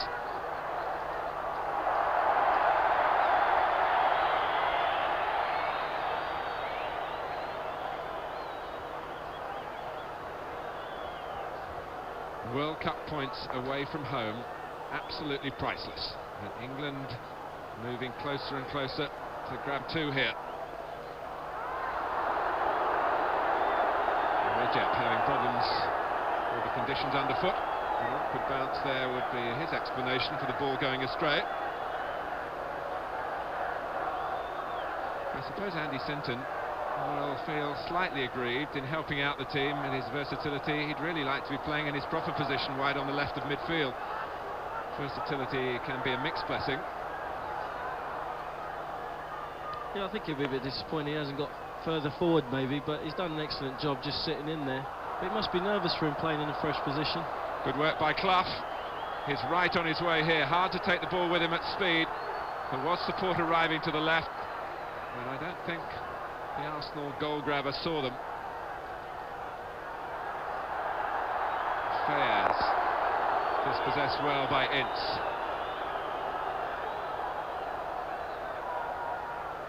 Gascoigne, Palmer. A little more room for England to use in midfield at the moment. Clough. Trying to drop it forward for Sinton's run, and I think he got there in time to get the corner. That's the way the referee sees it. The linesman way on the far side, hardly able to add too much evidence of his own. On Fabio Baldas's say-so, England have a corner. Yeah, I think Andy just cleverly flicked that onto the defender's foot. He knew he couldn't cross it. There was no way he could get it in. England have exposed a weakness in Turkey's defending in the air in the past. Adam goes for the long one, and it's nowhere near deep enough from Gascoigne. Anthony Adams actually pulled away from the near post, sprinted right round the back.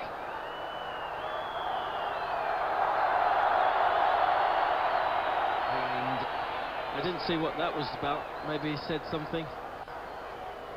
It's a yellow card for Platt, and England won't want to have their disciplinary record darkened here.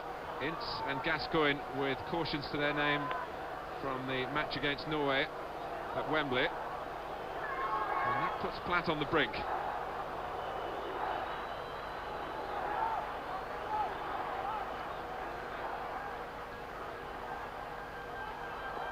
Well, it might have been construed as a good omen for David Platt to have an Italian referee. At least he can understand what he's saying.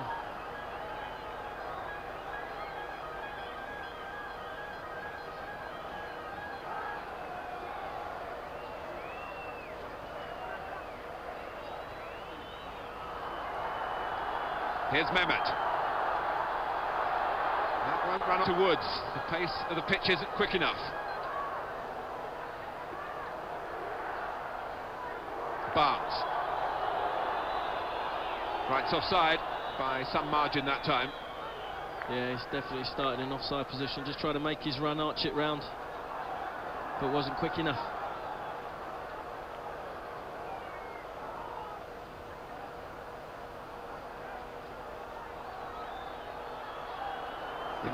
I'll just go back to the David Platt booking, John. I didn't see what happened, but it could be that he tried to just delay Turkey in the taking of that free kick. Yeah, possibly. That's a technical offence these days, which is something we see in our own football, let alone the international game.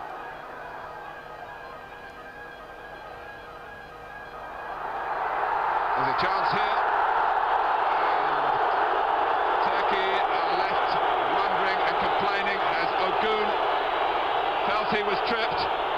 They're just mixing it up, Turkey, by pushing players from the back on the forward runs now, but Fabio Baldas getting applause there from Tony Adams and refusing to bow to pressure from Turkish players and thousands of Turkish fans. This is a good run, runs at the heart of defence, but as you see there, it was a great tackle, and no way was that a pen. It's a great decision by the ref. Adams on Ogun.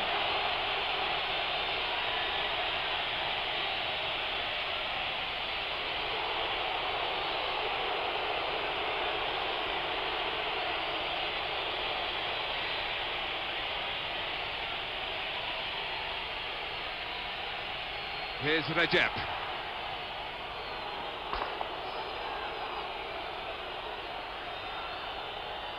Well, what it has done is got the crowd going again, and the shot from Mehmet.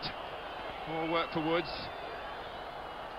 He hasn't been given severe problems by Turkey, but they've had just short spells in each half when you feel that you might witness that piece of history that everyone involved in Turkish football is really aching to see this afternoon. That is a goal for Turkey against England.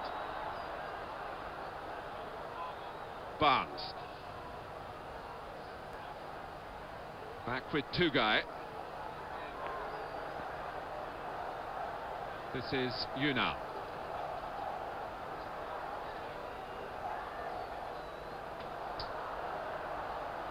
That's won back well for England by Palmer, but it came at an awkward height for Wright to try and control.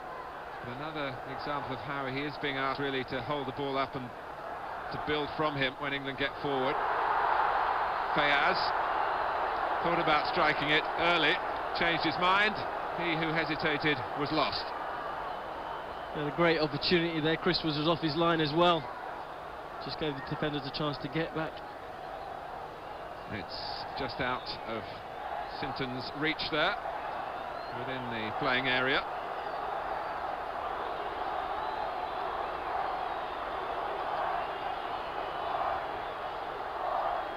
Sepp Piontek is looking to make his second substitution, and Hami, who is the leading scorer for Turkey in the time that Piontek has been in charge, almost 3 years now. He's scored 6 goals over that spell, but is of undoubted talent, but his stomach for the fight has been questioned by the coach in the past, which is why he's not a starter here. But Hami is on. You might recall the game at Wembley where he hit that blistering free kick from, what, 40 yards.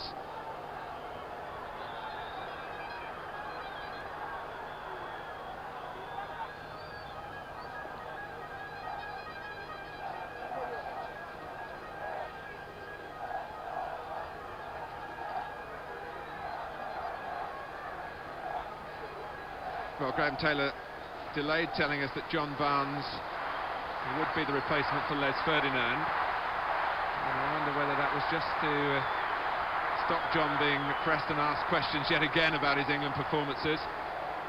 But he's played a major part here. Platt, who has been booked for knocking the ball away from the goalkeeper, going in high there. Indirect free kick for dangerous play. Mehmet tried to just knock it inside then. Woods hesitates. Hami! I think that was probably a shot. Aiming with the outside of the right foot, he connected with the inside. Yeah, unfortunately, it just came straight at him. I think if it had been to either side, he could have got a better strike on it, but because it came straight at him, he couldn't get his feet sorted out quick enough and ended up skewing it. Not many shots go out of play midway in the half, which is where that one ended up. Barnes has done well here, but not able to get away, not really supported well by England. O's too far ahead of Hami. 20 minutes left. Turkey 0, England 2.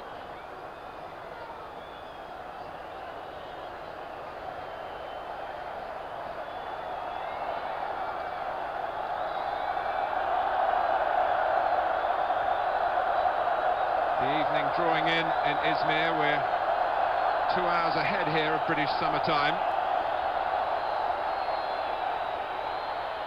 That was one minor worry for Graham Taylor, because with the change in the clocks as well, it was virtually a 3-hour jet lag for the squad to get used to.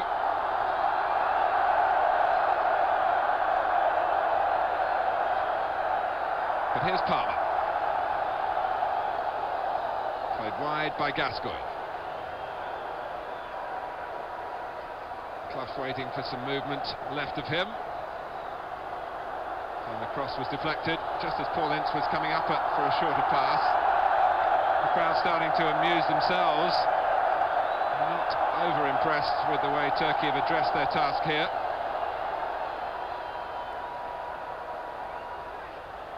Barnes. Palmer. For Platt.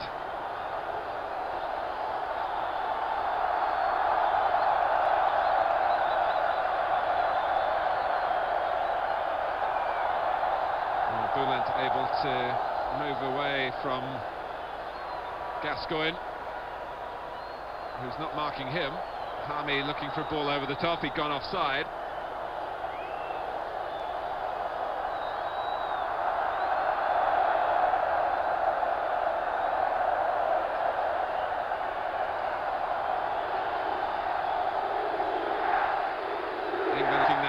they can to mark their 50th World Cup qualifying game in the grand manner. But the 2-goal insurance being threatened here. Showed great pace there. I think Des had to show a bit of strength just to get himself back on level terms with them. Ünal will take the corner that he earned. Apart from the goalkeeper, Turkey have left only 2 players back.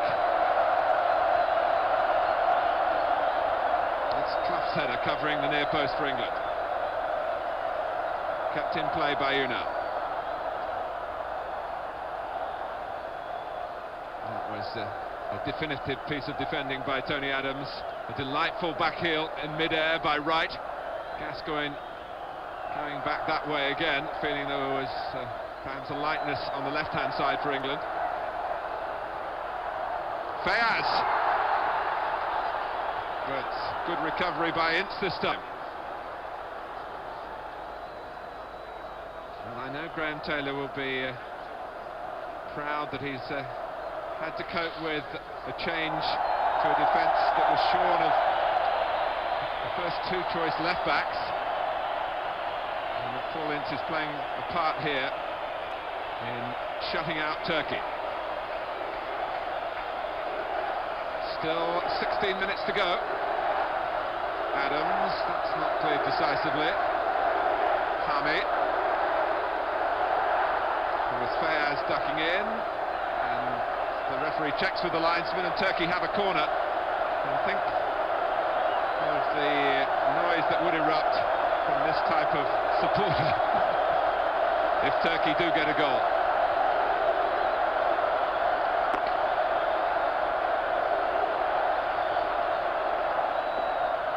But not from that corner. Palmer made sure of it.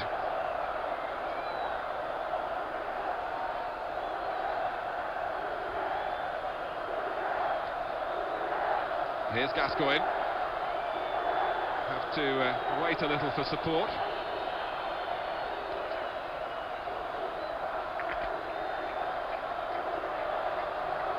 And some of the crowd, I think, starting to make for the exits, avoid the traffic jams, which will be enormous. England fly home tonight. Right. For Gascoigne, who's seen the goalkeeper off his line, and that was, well, millimetres away. Yeah, that would have been some goal.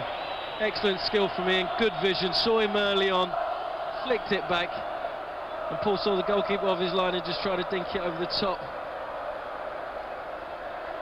Well, again, Gascoigne allowed the freedom to run from midfield. Fingertips.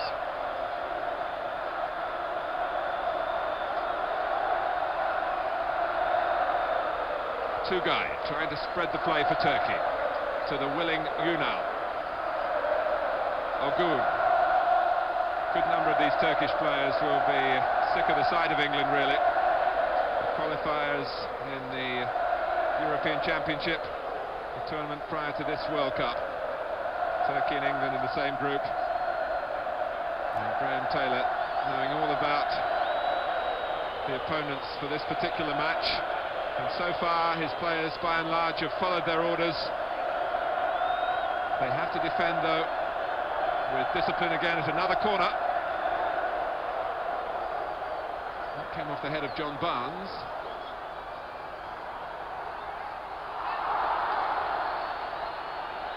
It's another corner. Yeah, that was good skill there from Ünal. Just faked to have the shot. Tony Adams braced himself and then just took it down the line, and then the shot got deflected. Clough yeah. Well, there's a little bit of pressure here for England to soak up.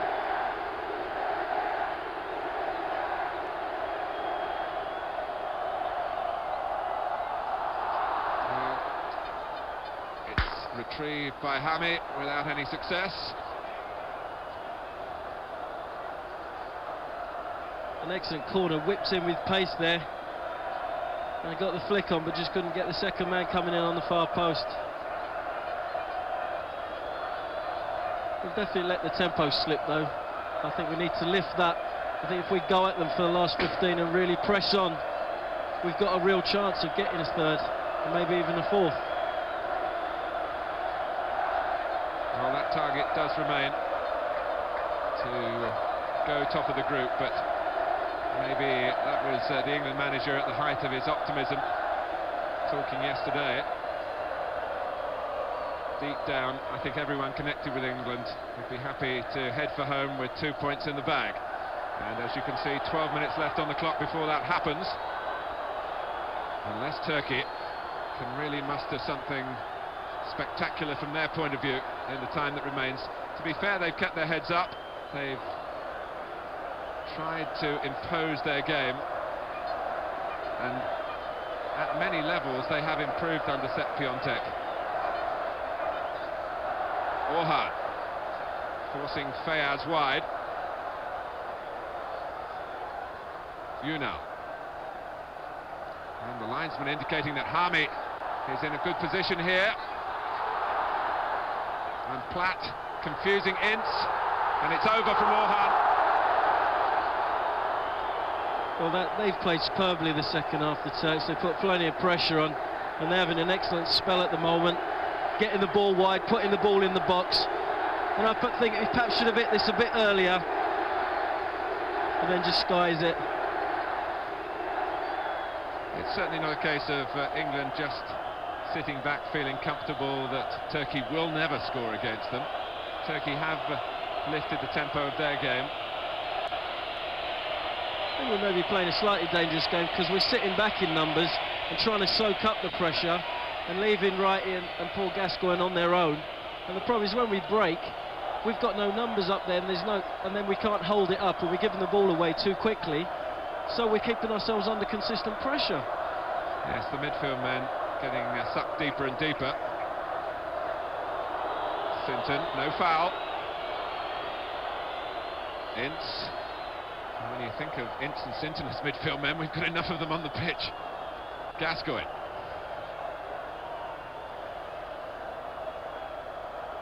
Well, that's the first white line that Turkey have get by. He's strung across the middle of the pitch before they get at Walker and Adams and company.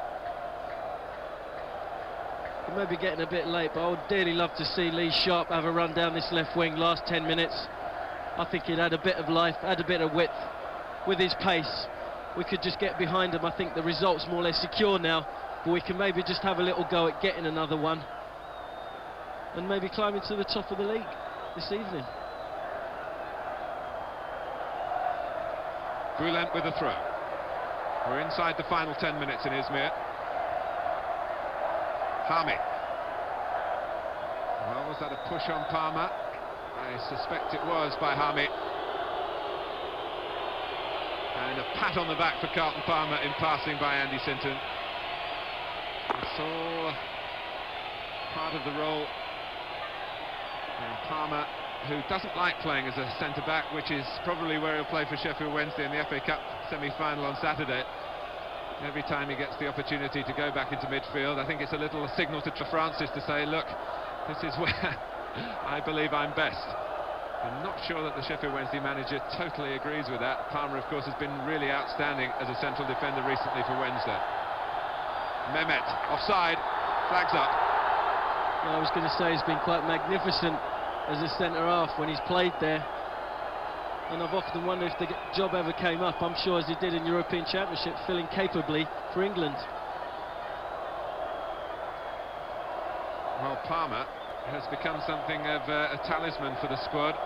He's been involved now in 12 consecutive internationals, the vast majority as a starter.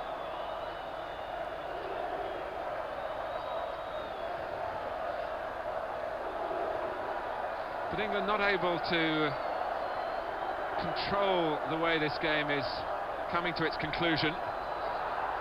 Sinton in that type of position that he will have been in sometimes as a wide midfield man for Queen's Park Rangers, but not often that deep. Here's Mehmet.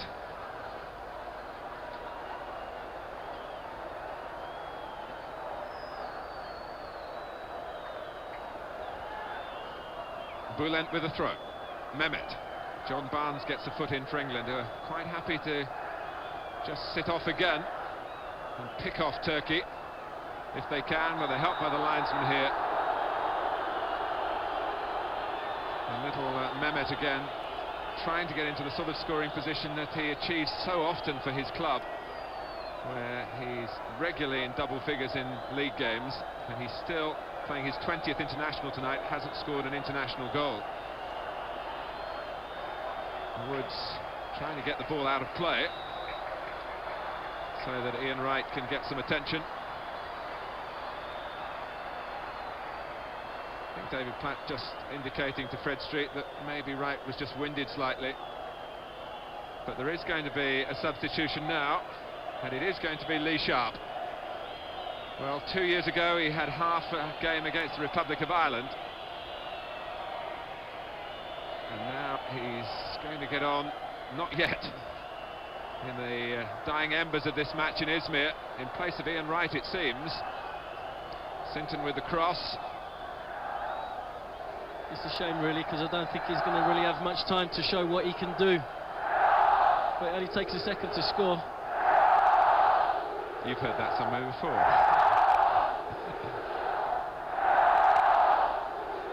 Ince was shocked aside by Ogun then. Mehmet, 4 up for Turkey. Fayaz, and it's headed back by Des Walker, who stopped the return pass then and cut off the supply for Turkey yet again.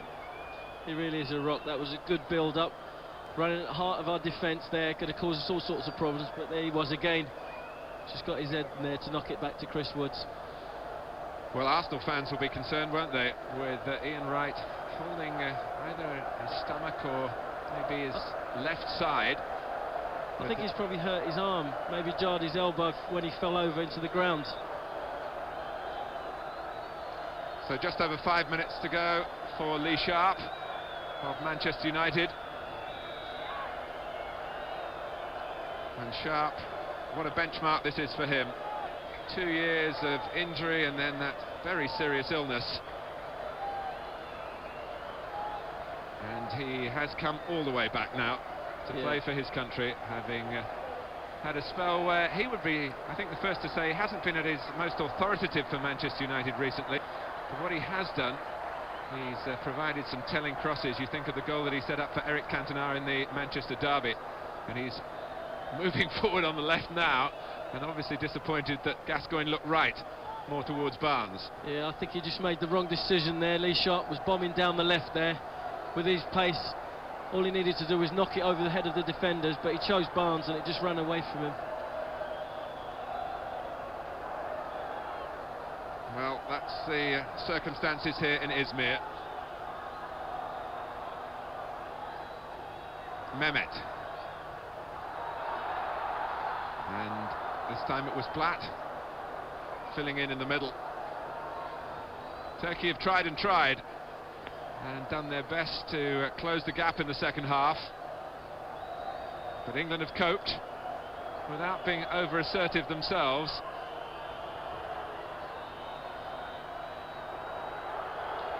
The game is stopped for a free kick in favour of Barnes. Yeah, good skills there from John, the defender just holding on to him, and the ref did well to see that because the defender was the wrong side of him. Well, with Holland having won out here in Turkey in December, they really set the standards.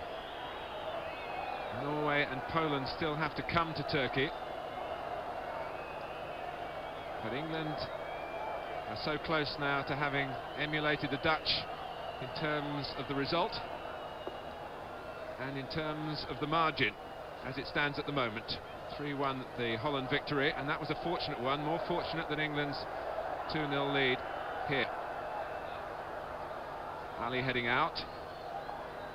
Platt trying to keep the game in the Turkish half unsuccessfully. Hami. Orhan darting through the centre, leaving a bit of space that was filled by Oz. Well, that was an England deflection, not a back pass, although the arms were raised, hopefully, by one or two Turkish players. Yeah, Des Walker just went to clear the ball and it came off his shins, not a deliberate back pass.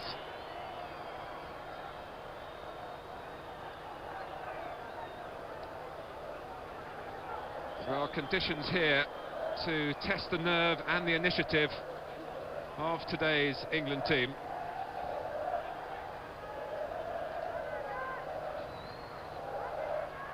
And the test is very close to being passed. Hami.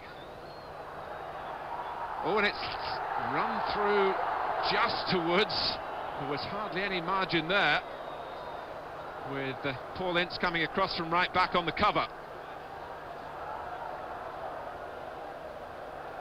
Been a few might-have-been situations for Turkey in the second half. Yeah, I think a lot of times Tony Adams just letting the ball run, expecting Woods to come, and a couple of times it just waited and dithered a little bit. Not sure if the communication is that good, but when the balls are on an angle, it's always difficult for the keeper to judge them like that, whereas if they're coming straight at him, it's a lot easier. And yet again, the lack of pace in the pitch not helping.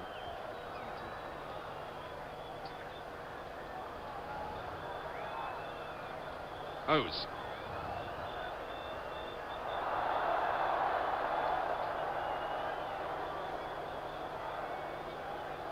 Well, there was a fair degree of pessimism in the ranks of the Turkish supporters that we've been talking to here. Certainly not in the Turkish camp, where Sepp Piontek, with the attitude you'd expect. He's a German after all, and doesn't give up matches lightly. Knowing the sensitive morale of his players, even so, he felt that Turkey would be able to play for their pride here, and they could be dangerous to England because of that. And they haven't lacked pride in the second half, having gone in at half-time 2 adrift. But England have stuck it out and seen it out. Yeah, they can take great encouragement from this second half performance. They've taken the game to England. They've asked them lots of questions. They've kept going, but England have been resilient. I think we've worked so hard, especially midfield boys. Unfortunately, we're just giving it away a bit too easily. Fayaz into the side netting. I think if he hadn't touched the ball, it would have been a corner. He couldn't have seen much of the goal from that angle, but he was obviously encouraged to try and just slot the ball home from almost on the goal line itself, just outside the near post as we look.